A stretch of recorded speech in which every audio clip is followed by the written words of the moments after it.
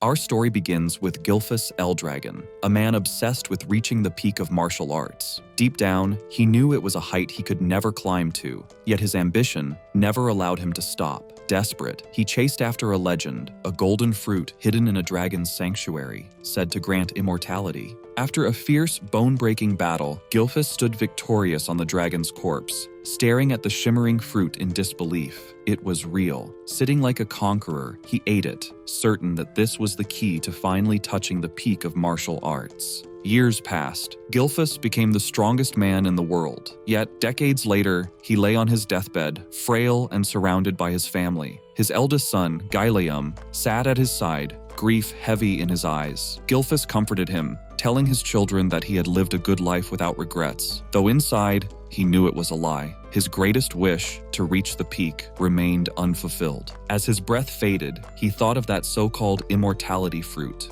A scam, he realized with a bitter smile. Moments later, his eyes shut. And then, snap. He opened them again. Everything looked strange. His body felt lighter, smaller. When he glanced at his hands, he froze. Baby hands. He was in a cot, surrounded by other infants. That's when it struck him. The fruit hadn't granted immortality. It had granted reincarnation. Instead of despair, Gilfas laughed inside. Perhaps this was better. A new chance to climb higher than before. But his relief didn't last long. Maids walked in with bottles, except what they fed wasn't milk. One baby goblin gulped it down, and to Gilfas's horror, exploded on the spot. Blood sprayed across his tiny face. His warrior's instincts screamed danger. When a maid picked him up and pushed the bottle to his lips, he tasted it instantly. Ancient dragon's blood, powerful, dangerous, insane. Every baby spat it out, but Gilfas paused. If he could endure it, if he absorbed this overwhelming power, maybe this was the shortcut he needed.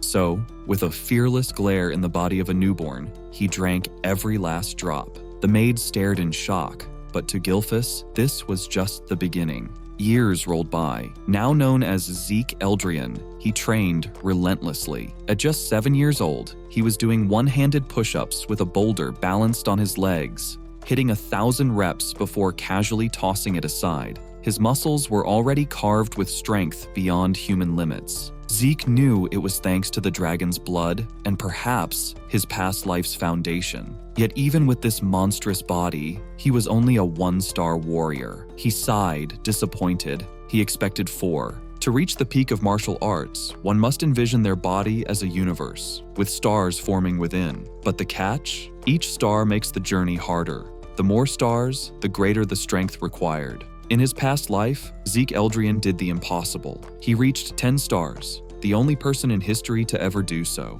Now, 7 years into his new life, things are complicated. Born as the illegitimate son of the Eldragon family head, his mother gone and his father absent, Zeke can't help but think his dad is nothing short of useless. A millennium has passed since his previous life, and this new world has only gotten harsher. The weak crushed by the strong. Among its cruel traditions is the Dragon's Trial, where infants drink dragon's blood to prove their worth. Those who survive are meant to be trained as warriors. Zeke passed, but he hasn't received a single lesson. Every time he questions the maid, she gives the same robotic response. I'm not at liberty to say. No matter how he twists his words, her answer doesn't change. Zeke fumes, wondering if this woman was programmed with only one line of dialogue. Even when he accuses the household of mistreating him, the maid insists she's under orders to care for him, and nothing more. Annoyed, Zeke decides it's time to take matters into his own hands. For 3 years, he's lived with this maid without forming any real bond, so off he goes into the forest. There, he munches on poisonous herbs. Disgusting, yes, but excellent training for the body. While he trains, he notices a faint trail shadowing him. Someone is following, cloaked in a strange black mist he doesn't recognize from his past life. He ignores it, focusing on the threat ahead, an angry boar charging straight at him. Grinning, Zeke takes his stance. The moment the boar closes in, he slams a punch into its gut. The impact is devastating, and the beast collapses instantly. One punch, from a 1-star warrior. Zeke nods to himself, realizing something important. It isn't about the number of stars, it's the quality that counts. Throwing the boar over his shoulder, he heads home, already tired of solitude and half dreaming about adventures beyond the sea. Meanwhile, the mysterious stalker hiding in the shadows is stunned. No training, no guidance, yet Zeke noticed his presence and knocked out a boar with a single strike. Clearly, this child is no ordinary 7-year-old. Back at the house, Zeke senses visitors, powerful ones. Curious, he listens in.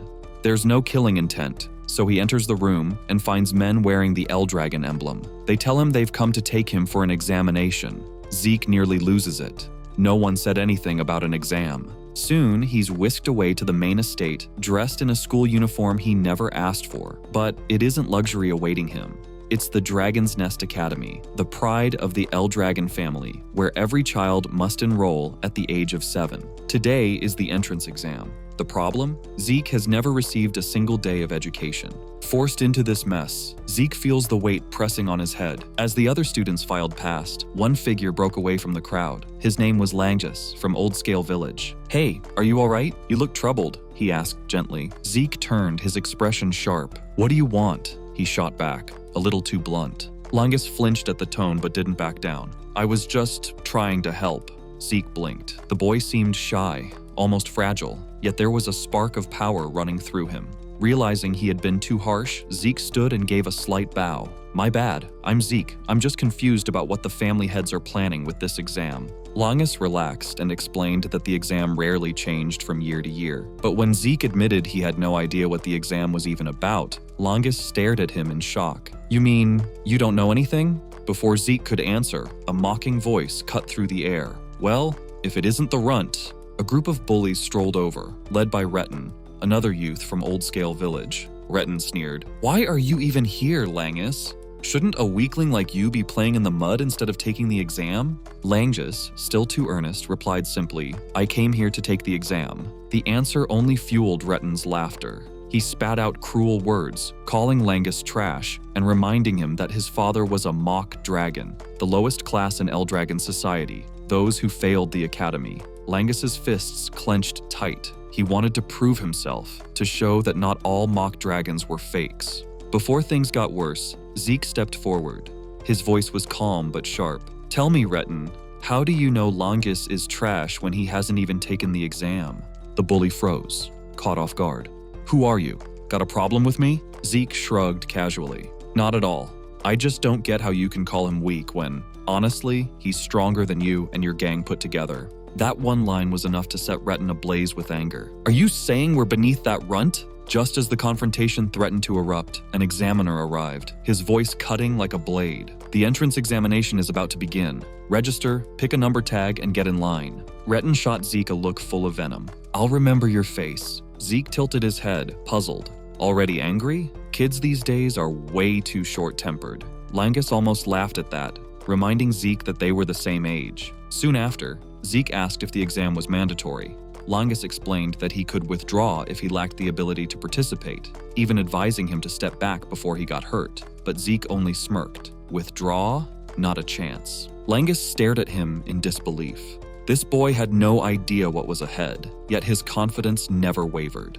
Moments later, the applicants gathered as the examiner stepped forward. His tone was crisp, commanding. "The rules are simple. Before you is a rock. All you need to do is scratch it. No weapons, except those we provide.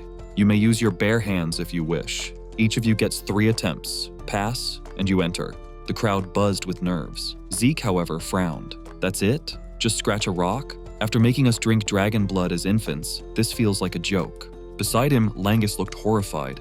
The examiner's eyes swept over the group. "Begin." The first applicant approached the strange boulder with fiery determination. He swung his sword with all his strength, only for the blade to snap in half, sending out a deafening bang that made everyone flinch. The poor boy collapsed in pain, unable to continue.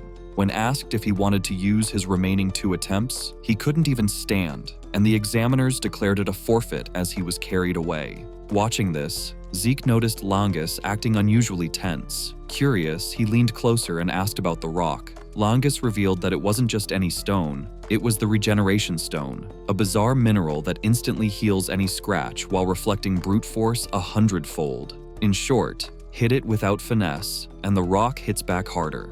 Zeke could only conclude, that's outrageous. Langis then explained that the real key wasn't raw strength, but proper control of one's ether source power. That realization made things clearer for Zeke. This test wasn't about martial arts skill, it was about precision and inner control. Scanning the crowd, he figured a good number of applicants had the potential to pass. Among them, he noticed Retin and his group looking confident. Meanwhile, one candidate after another was failing, their arms injured from reckless strikes. Then came the call. Number 315, that was Zeke. Langis panicked, urging him to withdraw, but Zeke calmly reassured him and stepped forward. As soon as he did, the examiner felt an intense pressure radiating from him. When asked to choose a weapon, Zeke shook his head. No need, I'll use my fists. The examiner blinked, asking again if he was sure, but Zeke stood firm. The crowd erupted in laughter, mocking him for daring to face the stone barehanded. Even Langis couldn't believe it, already blaming himself for not stopping Zeke earlier. Unshaken, Zeke examined the rock up close. He realized it was formed over thousands of years from minerals he didn't recognize. Knowledge could wait. He had one goal now. Gathering his ether, he prepared his strike. A golden aura flared around him as he activated his Dragon Slayer combat technique. With a single punch, the air exploded. The top of the rock shattered, dust and fragments flying everywhere. The noise was thunderous. Most people squeezed their eyes shut, but the examiner kept his open, unflinching. Zeke exhaled heavily, relief mixing with the sting of reality. His arm was bleeding, his uniform torn. The technique had worked, but it was clearly too advanced for him at his age. Instead of boasting, he only thought, I still have a long way to go. The crowd buzzed in disbelief. Retin's face twisted with anger, while Langis stood frozen, jaw nearly touching the floor. Even the examiner silently admitted this should have been impossible. Only a 4-star rank or higher could destroy the regeneration stone. Looking at Zeke, he wondered if the boy had somehow inherited powers from his house. Zeke casually walked up to the examiner. So, how did I do? You've passed, the examiner replied, handing him a small bottle filled with a green liquid. Curious, Zeke asked about it, but the junior examiner only glared at him with thinly veiled dislike, muttering for him to move along. Assuming it was a simple reward, Zeke returned to Langis, who immediately praised him in awe. When Zeke asked about the bottle, Langis explained. It was a healing potion. Zeke tilted his head, a little confused. Something about the liquid didn't seem ordinary. Then Langis added a detail that made his eyes widen. This wasn't just any potion. It might actually be an elixir, a rare concoction made with herbs from hidden realms and the cores of divine beasts. Unlike normal potions, an elixir could heal all wounds instantly while boosting ether reserves. Zeke glanced down at the bottle again. Zeke uncorked the bottle and downed the so-called healing potion. Just as expected, the torn skin on his arms mended instantly, smooth as if nothing had happened. He stared at them, stunned. This isn't a potion. This is an elixir. Langis tilted his head, unimpressed. I don't know what an elixir is, but Eldragon potions are always better than the ones you get from stores. It's normal. Zeke, on the other hand, was nearly speechless. Instant recovery was anything but normal to him. Still, he noticed something missing. No ether surge, unlike the true elixirs he knew. He studied the bottle again, realizing it was the pinnacle of human craft refined over 1,000 years. Langis broke his thoughts with a grin. You're really impressive. Zeke shook his head. Not yet. My goal is to be the strongest, so this doesn't surprise me. Soon after, Retin and his gang swaggered up for their turn. As expected, all of them passed easily, leaving Zeke completely unfazed. Then came the call for applicant 414, Langis. He froze for a moment, nerves plain on his face. Zeke gave him an encouraging nudge. Pull yourself together. You'll be fine. Langis managed a weak smile, muttering, You've got to stop raising the bar this high. With that, he descended the steps. Choosing a sword, he steadied himself and struck the regeneration stone. The result? Nothing but a sharp clang and Langis flat on the ground. The examiner calmly reminded him he still had 2 more tries. He tried again and failed again. This time, he collapsed in tears, the jeers of Retin and his friends cutting through him like blades. Told you, they mocked. A half-dragon will always be half a dragon. The examiner gave him a final chance, but Langis froze, trapped in doubt and darkness. Then a voice reached him, Zeke's voice. What are you doing? Stop swinging that sword, try a spear. Langis blinked in confusion. Spear? Yes, Zeke replied firmly. The sword doesn't suit you. No matter how many times you use it, the result will be the same. The bullies burst out laughing. He's trained with a sword since childhood. He's never touched a spear. He'll still be pathetic. Zeke ignored them, asking the examiner if switching weapons mid-test was allowed. The examiner nodded. No problem. That was all Zeke needed. He smiled at Langis. Go on, take the spear, or are you going to leave here as a quitter? Langis clenched his fists. No. Rising to his feet, he decided to believe in Zeke's words. Memories of his father surfaced. How he endured mockery, yet never stopped raising his son with pride. For him, Langis couldn't afford to back down. He grabbed a spear. The moment he did, something shifted. The ether within his body flowed differently, more naturally. Zeke leaned forward. Don't overthink it, just thrust. Langis steadied his breath, rushed forward, and drove the spear into the stone. A thunderous shockwave tore through the arena. Retin and his gang snickered, ready to mock him again, until they noticed something strange. The laughter died on their lips. The stone had been pierced. Silence fell. The examiner's eyes widened. The moment Langis pierced the stone, Zeke couldn't hold back his pride. He clapped loudly, drawing attention as Langis stood frozen, barely believing what had just happened. When the examiner calmly wrote his success in the record book, Langis had to ask again just to be sure. Before he could even process the answer, Zeke wrapped him in a firm hug from behind. You did it, Zeke assured him. Tears welled in Langis' eyes as relief and joy crashed over him. He turned and hugged Zeke back, unable to stop smiling. Meanwhile, Retin and his boys scowled from the sidelines, muttering that it must have been a stroke of luck. The examiner's voice boomed across the field, cutting off all chatter. The exam is over. Next comes the entrance ceremony. Zeke blinked in surprise. That's it? Just scratching the rock? Langis chuckled softly, explaining there could still be another test once they actually entered the academy. So, what happens now? Zeke asked. Langis revealed that the heads of the Eldragon family would appear to give their words of congratulations. And sure enough, a group of powerful men approached, their auras heavy enough to be felt from a distance. Among them was one figure who caught Zeke's eye. Who's the gloomy guy? Zeke whispered. Langis nearly fainted on the spot. That's the family head. Don't. But Zeke, unbothered, muttered, ugly dude. Before he could add more, Langis slapped a hand over his mouth, begging him to stay quiet. With effort, Zeke agreed. For now. He studied the Eldragon forces. Most were 6 stars, impressive enough. But Balza Eldragon, the family head, stood above them all, an 8-star warrior. Back in Zeke's day, there had only been a handful of such figures in the entire world. He couldn't help but wonder how many were left now. Balza stepped forward, his presence crushing the air itself. Become the flesh and blood of the Eldragon, he said. Just a few words, but heavy enough to leave most students trembling. Even Langis struggled to breathe. Zeke, however, felt nothing. No fear, no respect, only a burning hatred he couldn't explain, even to himself. After delivering his message, Balza turned and left, leaving another elder to step forward. This one, blonde-haired and sharp-eyed, caught Zeke's attention as well. The man told the students that the head of house expected great things from them. With Balza gone, the suffocating tension eased, though the crowd remained unsettled. The examiner returned to announce the next step, dormitory assignments. Zeke blinked again. Dorms? He'd assumed they'd all stay together. Luckily, Langis quickly explained. 4 dorms in the academy, east, west, north, and south.